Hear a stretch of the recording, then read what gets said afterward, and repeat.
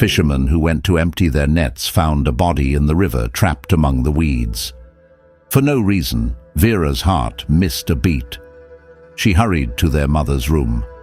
Her scream jerked her brother out of bed. He had heard the announcement but never thought it would be someone he knew, let alone their mother. "Ofori, mother is not in her bed." Galvanized into action, they sped off towards the riverside, a kilometer away. A small group of people had already gathered by a body on the ground. Ofori shone his torchlight on the face and groaned in distress. "Vera, it's mother." The people ran helter-skelter when they heard who it was. How could she have gotten to the riverside in her condition? They whispered among themselves. She might have crawled. The witch, she flew to the riverside.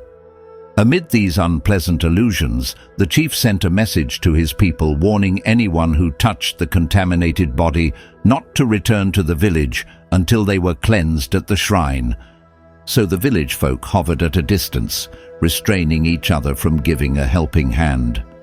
Promptly, Ofori ran back for his truck and some blankets, into which they rolled the wet and shriveled body. "Mother, mother, mother," Vera whispered in despair. "You wished the river had carried you away, mother. You did not want anyone to see your corpse to bury, not even your children." Just as Ofori reversed the truck to drive home, the chief sent yet another message. They must not bring the body back into the village. Victims of tragic deaths were not sent home. Their ghosts would forever haunt the village if they did. Their mother's kin rejected them.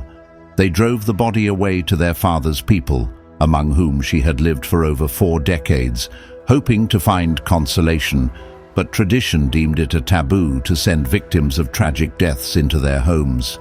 Then, to their utmost disbelief, the elders at Tama would not want the afflicted body to be kept another day. The children were gutted with shame. They beat their bloated chests. They labored to heave sighs, and their tears refused to flow out of their eyes. Grief had matted their emotions. Aided by the staff of a morgue whose services were sought by Dr. Ayamga, Durowa's body was taken directly to the cemetery, where a grave was speedily dug, just as a coffin was quickly purchased. The corpse was heavily disinfected and put in a body bag. The people of Tama who stood at a distance went wild with grief as Durowa was lifted into the coffin and into the earth for her final journey back to her ancestors. Thus the rich widow was buried without honor. She never got to be laid in state in her beautiful home. She never got to wear any of the gorgeous clothing she possessed. The people shook their heads in dismay. Such a discreditable end could not be for the rich and the affluent. What a tragic end to an enviable life.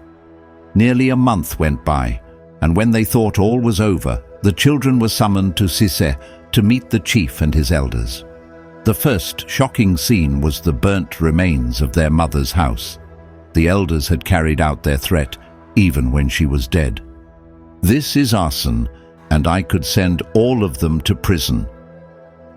When they finally sat with the elders, they were quick to reveal the reason for the meeting. They called for a ceremony to cleanse the village and the river. They were asked to pay for the cost of the rituals. Was there no end to rubbing salt into their injury? "How could you do this to us?" Ofori looked from one to the other. Aku was sitting next to the chief. She mumbled her displeasure incessantly, and then she spoke to Vera in a whisper. "Their display of ignorance is incredible." The chief overheard her and blurted it out. "Our daughter calls us ignorant. We may be ignorant, but it does not wipe away the fact that your mother caught the disgraceful disease through her waywardness." Aku got up and left the chief's compound. Although she was itching to respond, she would not be seen in a quarrel with such ill-informed people. Her exit made the chief more furious. "She has walked out on me, and that is an insult. See how haughty she goes. I have always told you Durowa's children are not respectful. They think money is everything. She will pay a fine for her insolence." Then the others joined the fray. "When you go back, Go and tell your dead father in his grave that the next time he marries a beautiful woman, he should stay home by her side." Ofori was ready to drive a fist into her face. He opened his bag. "You want to pacify your gods?" He threw 2 bundles of money on the table before them. "Here, go and pacify your dead gods. One day you will come to know the truth, and you will look for us to apologize, but you shall not find us." He herded his siblings out of Sise, never to find a reason to come back to the village again. A year on, Vera continued to live in their father's house. She found it difficult to let go of its emotional attachment. Before everything else, she had sent all their dependents back to Sise and lived completely alone. She drove out of town to buy all her supplies and rarely stepped into the neighborhood. Their father's wealth had not dwindled, as some haters had envisaged. In 4 years, Ofori had expanded not just the animal business, but had opened fuel stations in the region. The farms yielded so much. They were now exporting vegetables and fruits to the European market. The people of Tama longed to be part of their wealth, but they kept their affairs away from the town and focused on helping institutions. Schools and hospitals were the recipients of their benevolence. Once in a while, individuals came for financial help, which they gave anyway. Vera had not ventured into any business nor sought a job yet. Fortunately, all the children of JY had yearly dividends from his business, and as was her nature, Vera lived frugally, so her dividends were enough to live on. She often woke up early to sweep the front yard. A car came quickly down the road, honking to send a few goats leisurely going about helter-skelter. It came to a halt in front of her gate. "Good morning." A head popped out of the car. Vera raised a hand in response. He asked for the direction to the chief's house and drove off without a note of gratitude. "What insolence," she mumbled. By evening, she found herself by the gate again when the car came by. He stopped and pulled out his 5'11" frame with ease, revealing his striking presence as a tall, fine black gentleman with an air of quiet confidence. He apologized for speeding off earlier and introduced himself as James. Vera shook the extended hand. "You're home?" "Yeah," she responded. In a matter of minutes, he had given Vera his mission in the village, his status in life, and what he planned to do at Tama. He bought plots of land 5 years ago for a pig farm project, and the chief had resold parts of it. He swore he would drag them to court if they failed to give him back his land. He sounded quite egoistic. "I'll be coming by often to settle the land issue. Hope to see you again." She shrugged, smiling. James never failed to stop at Vera's before going to meet with the elders of Tama. As kind as she always was, she sometimes served him breakfast or lunch depending on the time he came by. Thus began an affair that brought joy into Vera's life. She fell completely in love with James and wished they were married already. She had not known such bliss. A couple of affairs at school were flings of student days. To her, this was the real joy she desired in a relationship. One evening she gave herself up to him, and they made passionate love. She would have to tell her siblings she had found a man after her own heart. Of course, all of them approved of James, much to her joy. Into a year, Vera still waited for him to propose marriage to her. "Aku, my biological clock is ticking." Aku looked concerned. "Be patient. He is yet to start the piggery. He may be low on cash at the moment." Okay," Vera smiled sweetly. "I'm hoping for a wondrous wedding." Her countenance changed for a moment. "And without father and mother around. Oh gosh, I hope I don't cry on that beautiful day." She laughed, despite herself. Into the second year of their romance, James started the pig farm on the outskirts of Tama.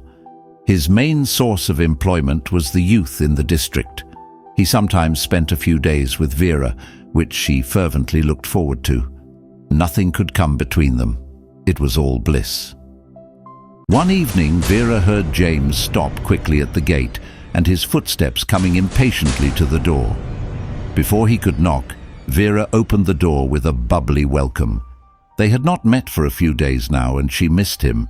He pushed her aside, blurting out accusations. "Why did you not tell me you were HIV positive?" "Who is?" "Don't annoy me," he yelled at her. "Why didn't you tell me you have HIV?"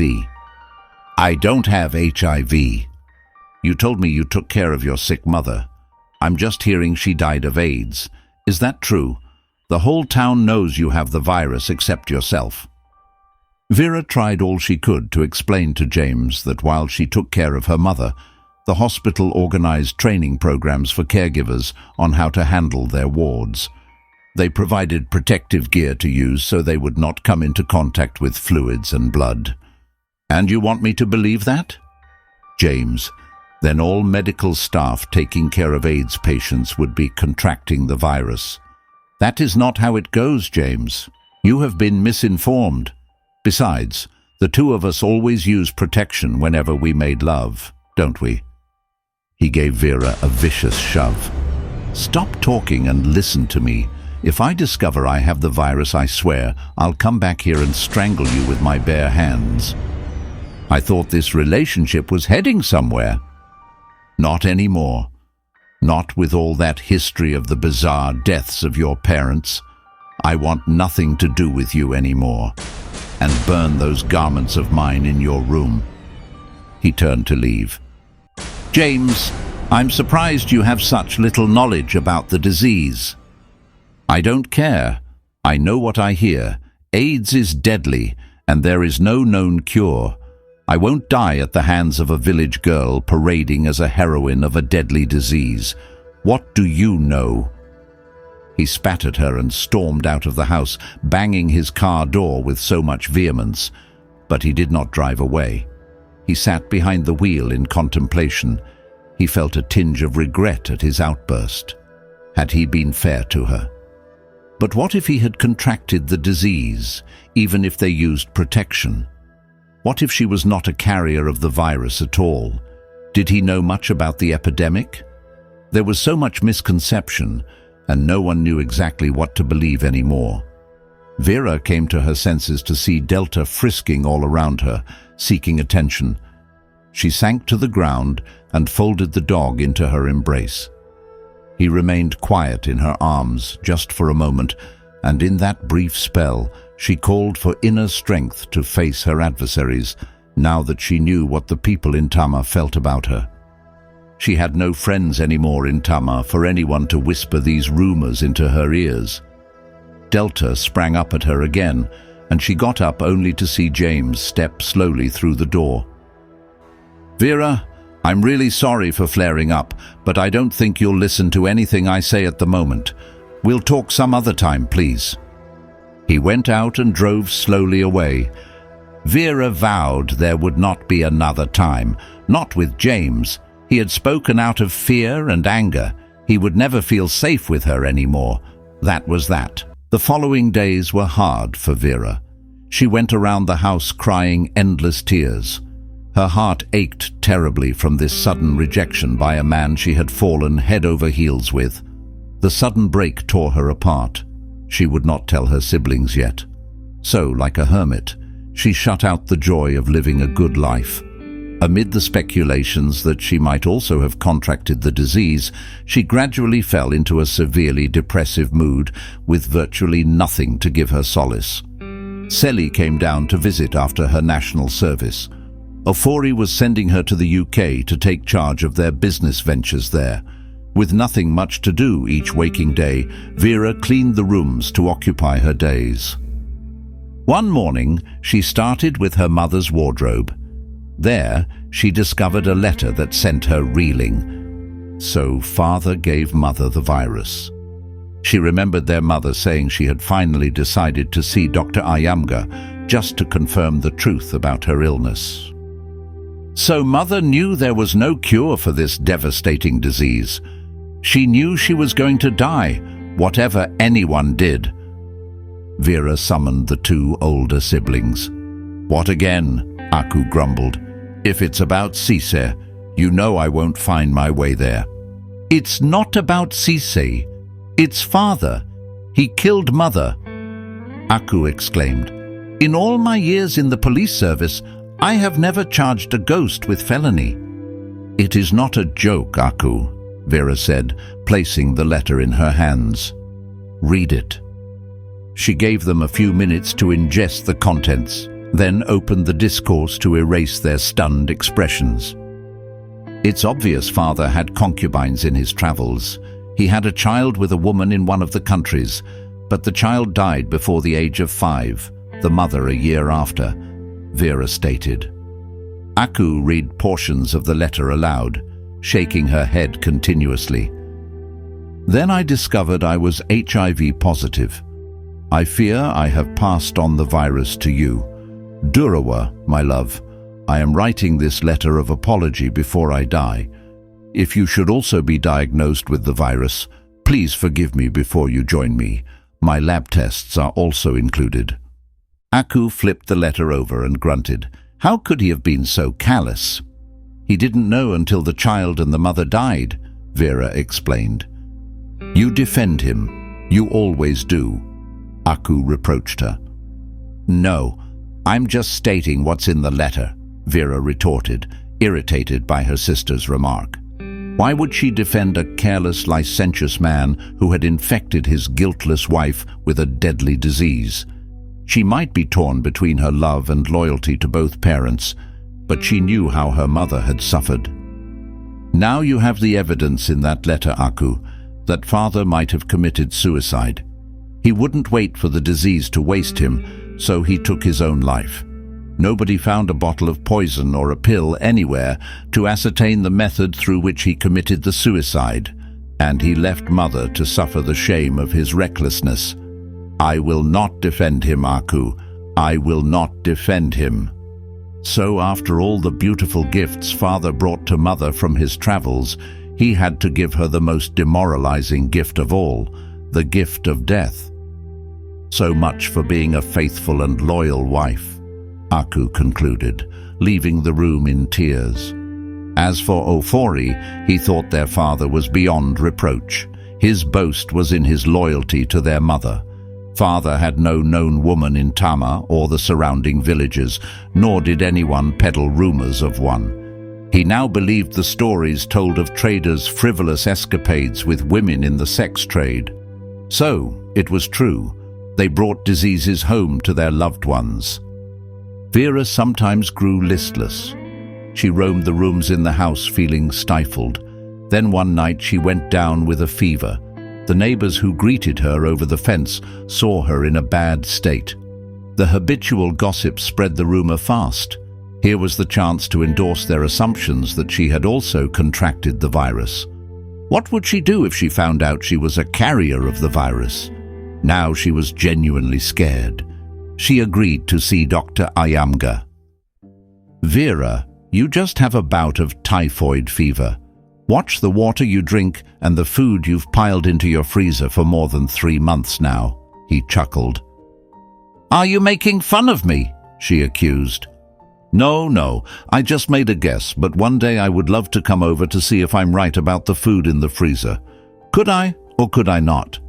He gazed deeply into her eyes, and she shifted uncomfortably in her seat. Ofori cleared his throat, and they all burst out laughing. "You've been too long in coming over, Doc," Ofori completed the teaser. "Oh boy, are you teaming up against me?" "Just stating what should have happened," said Ayamga. The conversation shifted to other topics until they left the hospital. A week later, to their relief, the tests came back negative. Vera danced all over the house, singing whatever song came to her lips. She made sure the gossips gave her a pass of acceptance, just as they condemned her. Gradually, she felt bold enough to breathe easy again. She blossomed into a beautiful woman, determined to make progression in her chosen field of commerce. With an immaculate sense of style and astuteness in her business activities, everyone said she had taken after her father. Indeed, she also had a close resemblance to him, but in a pleasantly feminine way. Soon opportunities came her way to avail herself, and this found her accepting the role of the president of the local business community. Finally, she found something to live for. She found consolation in work. She had it all except a man in her life. Meanwhile, her relationship with Dr. Iyengar grew very amicable. He was a rather pleasant person to know anyway. She found him on her doorstep one fine evening. "Hey, Doc, where from you? In the neighborhood?" She beamed with delight. "Cliché," he said, going through the widely opened door. He looked around. "Wow, splendid place," he observed. Cheerfully, she held his hand and pulled him along. "Look, I'm just about to have dinner. Please join me." They had a very pleasant evening. Then it was time to go. "Vera, can we do this more often?" "Of course we can. What are friends for?" "Friends? I'm not talking about just friends. Why can't we be in a relationship? I am single. In fact, I have been for the past 5 years." She virtually pushed him out of the door. Vera continued to put him off, not because she did not have a thing for him, but the issue of men becoming like her father put them out of her thoughts. And James. However, she was included in the doctor's astonishing discoveries when it came to tropical diseases like typhoid, malaria, dysentery, and others less known. The team of medical doctors had also taken on the research on HIV.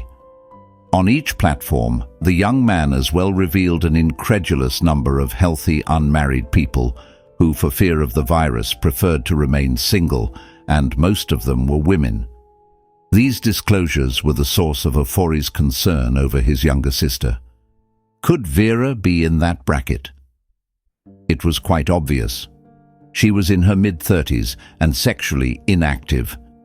Would he be able to convince her to see a therapist? So he sometimes opened up conversations to see where it would lead to. You could get the virus through other means, not necessarily from intimacy. "I should be telling you about that," she said, laughing lightly. "Sorry, Mom." Ofori placated her growing resentment for such tête-à-tête. She stood her stance and more or less shooed the men away. Young business executives who were the most eligible men in the country drooled all over her, but she had no eyes for them. Ofori did not relent in talking to her. "You would wish to marry one day, which could be too late to bear children. I will not be frustrated if that is what you fear. You are being unfair to yourself. I hear you urging people to free their minds of anxiety, yet you won't let go of your own fears. Maybe a little professional counseling would do." She was never moved by all her brother's suggestions. It seemed her resolve was purely a crisis decision, and she was comfortable with it. As for Aku, she was forever irritated by her sister's inflexible stance. "Will you leave her alone now, Ofori? She will die an old maid." Vera laughed out loud. "Old maids make the best aunties for young boys and girls. You can add more to your brood for my sake." Aku sneered at her. "A psychology major, and you are lost at what to do. You are not practicing what you learned in the university." She would make mockery of their concerns to get them off her back. Into her second year in office, she found herself on the way to represent her district at a conference for small-scale enterprises in the West African region. She left home early, pushing forward steadily in the traffic. She was now beating herself for not checking in the previous day at the allotted hotels. "Conference center," she heard a man call to a taxi with an accent. She was heading there. Why not invite him to join her? Some company would be welcome in the madness of the traffic jam. "Merci," he thanked her when they finally found space in the parking lot. She nodded, smiling. After the day's session, Etienne sat beside her at lunch and they compared notes. She giggled endlessly at his intonation and the effort to speak the Queen's language correctly. Then to her hotel room, he found his way in the evening, bearing a rose and a bottle of wine.